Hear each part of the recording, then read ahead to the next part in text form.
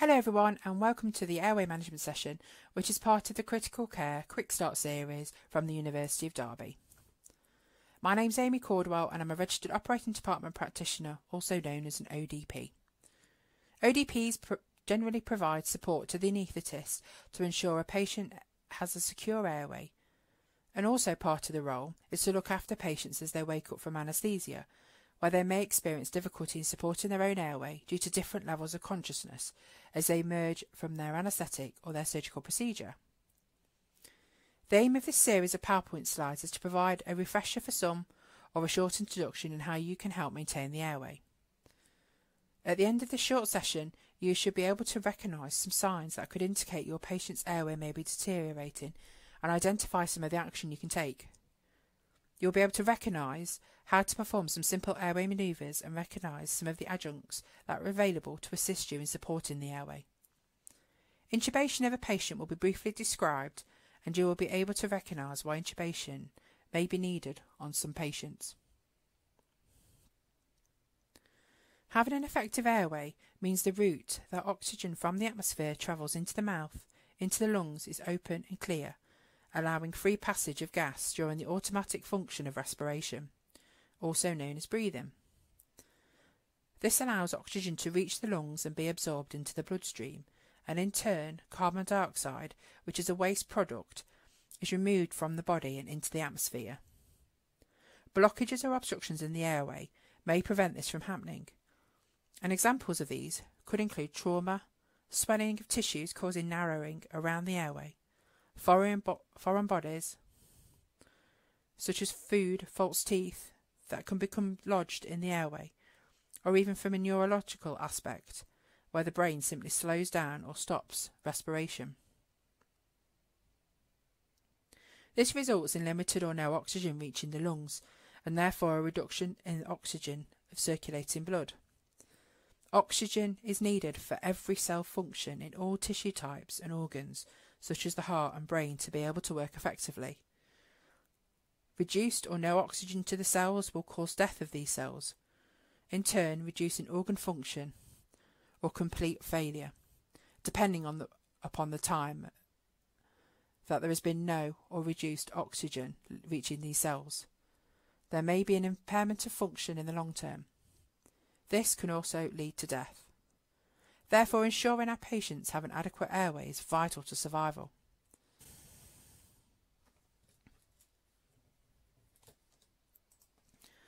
To understand why the airway can be compromised and how, it's important to look at its related anatomy. The lungs are the organ where, when oxygen is breathed in from the atmosphere, it is absorbed into the bloodstream through a process of gas exchange through the alveoli sacs in the lungs. This oxygen-rich blood travels to all, and it's needed for daily processes and functions. Waste products from these processes and functions include carbon dioxide, which moves into the bloodstream to the lungs, where it is moved into the lung tissue and breathed out into the atmosphere. Air and food occupy the same spaces for part of their journey to their intended destinations. Air goes to the lungs, down the trachea, after entering through the mouth and the nose. And food travels to the stomach down the esophagus. During the chewing of food, saliva mixes with the food, forming a bolus, and the tongue, which is a large muscle, moves this towards the back of the mouth. When food and water are swallowed, the vocal cords close, the larynx moves up, pulling the epiglottis over the trachea. This provides protection to the trachea and the airway, so that when food or water is swallowed, it isn't inhaled directly into the lungs, causing potential life-threatening blockages or burns to lung tissue and compromising the important gas exchange process. The same process happens during vomiting. Muscles are contracted, which then protects the airway from stomach acid. And when a patient is unconscious, the swallowing reflex is inhibited. As these muscles relax, the tongue, which is a large muscle, occupies the small space in the mouth, becomes relaxed and falls backwards, obscuring and closing the entry to the lungs and the trachea, causing an obstruction and preventing air entry.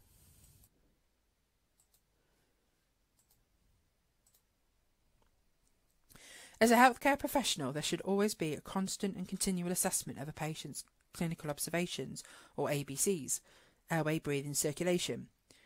This may be done formally during hourly observations, but they should be done every time we interact with our patients. Continually assessing a patient's condition means that any abnormalities can indicate possible deterioration, and these can be recognised quickly and acted upon. First, look at your patient. Consider their level of consciousness. If they're talking, this is a sign that their airway is open and maintained. However, if there's any voice change whilst they're talking to you, if it's strained, it might be a sign of obstruction or narrowing of their airways and may develop into a complete loss of an airway. If your patient is sleeping, check they can be easily woken. Many people snore while they're sleeping, and snoring is the tongue partially falling back and obstructing the airway. If your patient doesn't respond and wake up, this may indicate the patient has reduced muscle tone and cannot swallow and therefore protect their own airway. Many patients are sedated or drowsy following anesthesia and snore. However, if they do not rouse from sleep when shouted at, a simple chin lift manoeuvre can help lift the tongue and keep the airway clear whilst they further wake up. If your patient does not respond, this also might indicate a neurological deficit, and you must seek medical help immediately, as it could quickly lead to respiratory then cardiac arrest. Looking at the colour of your patient's skin shows how well oxygen is reaching the tissues of the body. For example, if your patient, who normally has a pink colour, now has a bluish tinge, which is known as cyanosis, in their mucous membranes and skin, such as their lips, their gums, their fingernails, it might be a sign of low oxygen saturation in the blood. Cyanosis can occur if oxygen saturation of arterial blood drops below 85%, and therefore is often a late sign of respiratory deterioration. Looking directly at your patient is the best indicator of any problem. However, you can also use monitors and measuring equipment to back up these observations. Oxygen saturation measurement allows us to see a percentage figure of the oxygen carrying capability of red blood cells. Figures for a normal healthy individual range between 95 and 100%, and provides an effective method of monitoring for hypoxia, which is a fall in arterial oxygen saturation, often before symptoms are displayed on the patient. Patients with chronic respiratory conditions might have adjusted to a lower concentration level, and therefore, when giving oxygen, levels should always be kept to a patient's normal range. Listen to the noises your patient is making. If there's any gurgling, or you can see excretions coming from the mouth, the patient might not be able to swallow saliva or any vomit, particularly if they can't maintain their own airway or have a reduced swallowing reflex. As previously mentioned, snoring is a sign of partial airway obstruction, and if your patient is wheezing, this is a sign that the airways are narrowing and they are struggling to move air in and out. It might be due to swelling or inflammation of lung tissue, such as from an anaphylactic reaction or asthma, or also a build-up of secretions on the lungs, as in pneumonia. If you cannot directly observe, place a hand on your patient's chest to feel for any breaths. You can check that your patient is breathing and there is air movement in and out of the airway by feeling for breath from the mouth on the back of your hand. Or if the patient's wearing an oxygen mask, a misting can be seen which coincides with each breath. It's a useful way to count respiratory rate. Looking or feeling for the way the chest is moving will help you suggest if your patient is putting a lot of effort in to try and move air in and out of the lungs. If they are using accessory muscles during respiration, such as their abdominal or neck muscles, this suggests they are having difficulty breathing and is in respiratory distress. Count the respiratory rate. The normal rate is approximately 12 to 20 breaths a minute. A high or increasing respiratory rate is a marker of illness and a warning that the patient may deteriorate suddenly. Assess the depth of each breath, the pattern or the rhythm of respiration, and whether chest expansion is equal on both sides. When assessing respiratory rate, ideally, your patient shouldn't be aware that's being counted, as it may inadvertently lead to breath holding and produce inaccurate results. Any change to your patient's condition must be acted upon to avoid further deterioration, as an airway obstruction is a life-threatening emergency if left untreated. You should document and escalate your concerns and call for help so that you do not have to deal with this on your own, as you will need help. However, there are some interventions you can do while help is on the way. If a patient is not on oxygen, you should administer oxygen therapy. If you suspect a possible obstruction due to a foreign body, take a look in the airway, and if you can see it, remove the obstruction. Do not use your fingers. Use a pair of forceps, such as a McGill's forceps. Suction any secretions or fluid in the airway, but only suction where you can see to prevent further damage. Consider repositioning your patient, as sitting them upright may simply ease the pressure against the diaphragm and help them to be able to take a deeper breath and increase their oxygen saturation.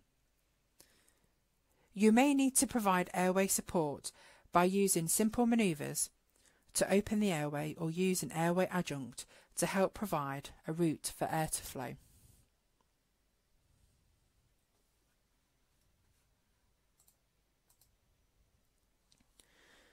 In a patient who is unconscious, their swallowing reflex or muscle tone is relaxed.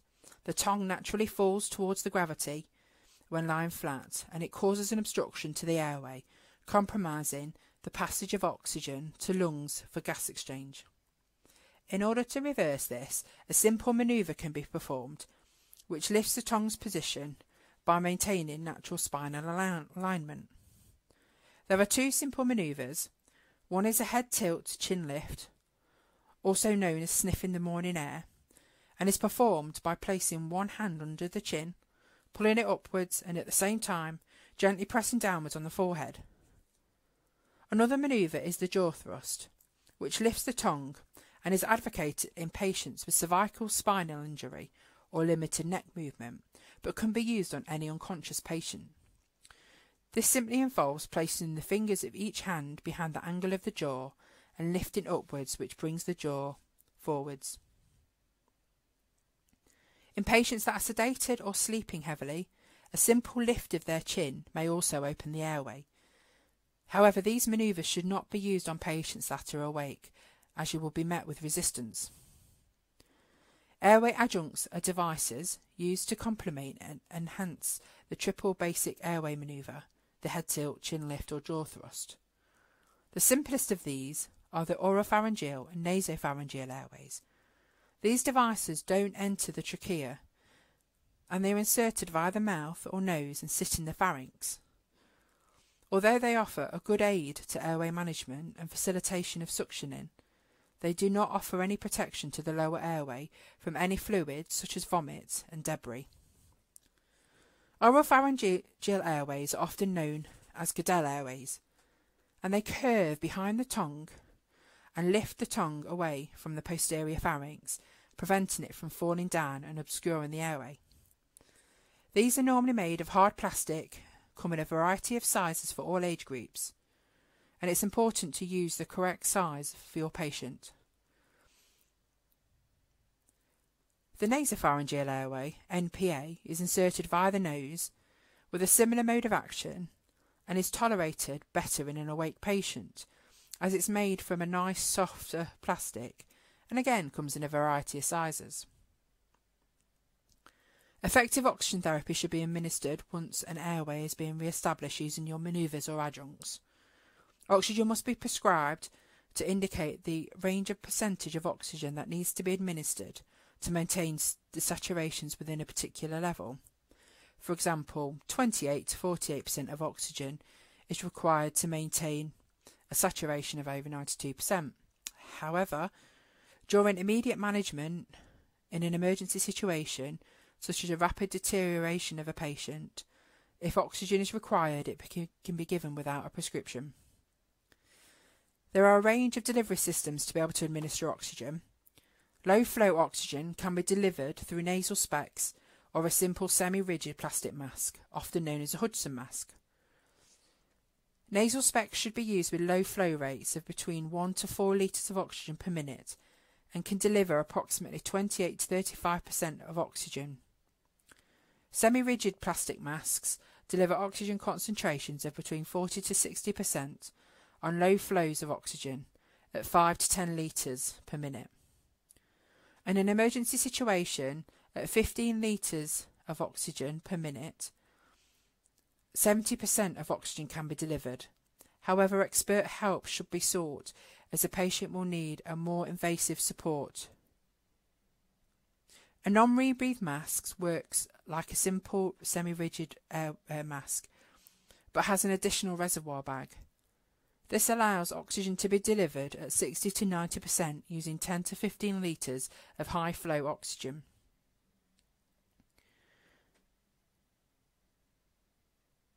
Oxygen flows into the bag and the mask during inhalation, and a valve prevents the expired air being reabsorbed.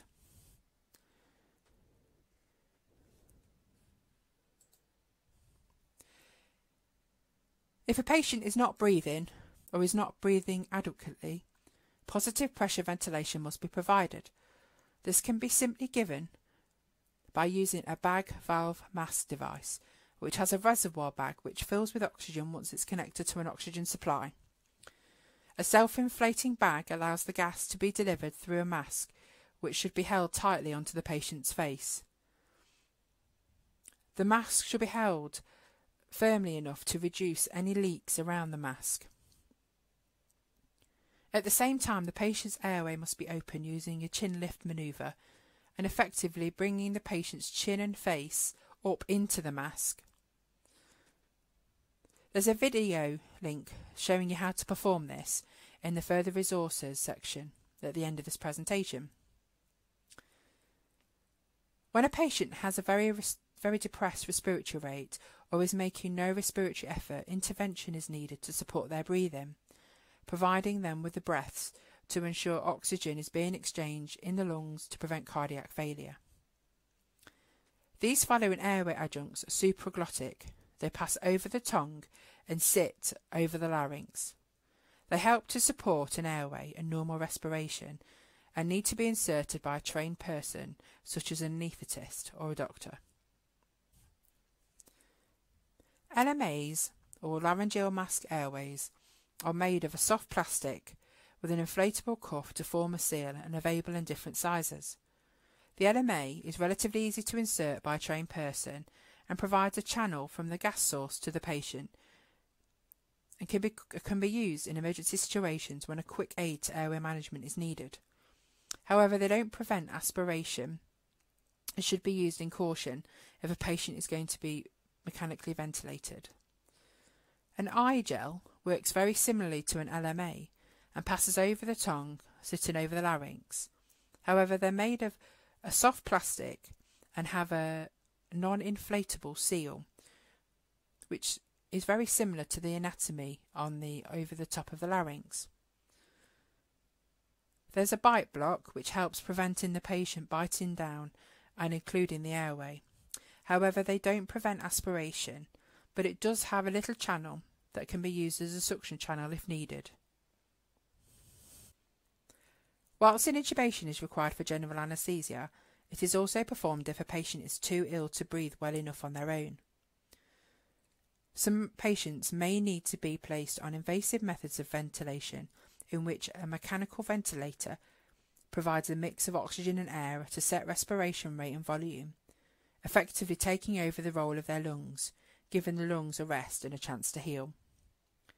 Intubating a patient provides a sealed and secure airway, as a long, thin plastic tube is inserted directly into the trachea, passing through the vocal cords. A small balloon is inflated, which sits in the trachea and provides a seal, therefore no fluids such as vomit or stomach acid can get into the lungs. As the tube needs to pass through the vocal cords, the patient needs to be anaesthetised and a muscle relaxant administered to prevent stimulation of the vocal cords to allow the tube to be able to pass through with ease. To ensure the tube sits in the lungs, a laryngoscope is used to directly visualise the tube being inserted and passing through the vocal cords, to ensure it's in the correct channel, the trachea, and not the esophagus.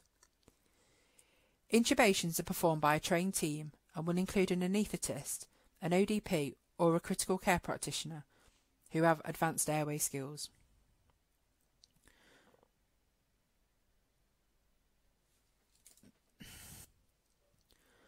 Once a patient is intubated, their breath will be supported by the team, either bagging manually for a short time before placing them directly onto a mechanical ventilator.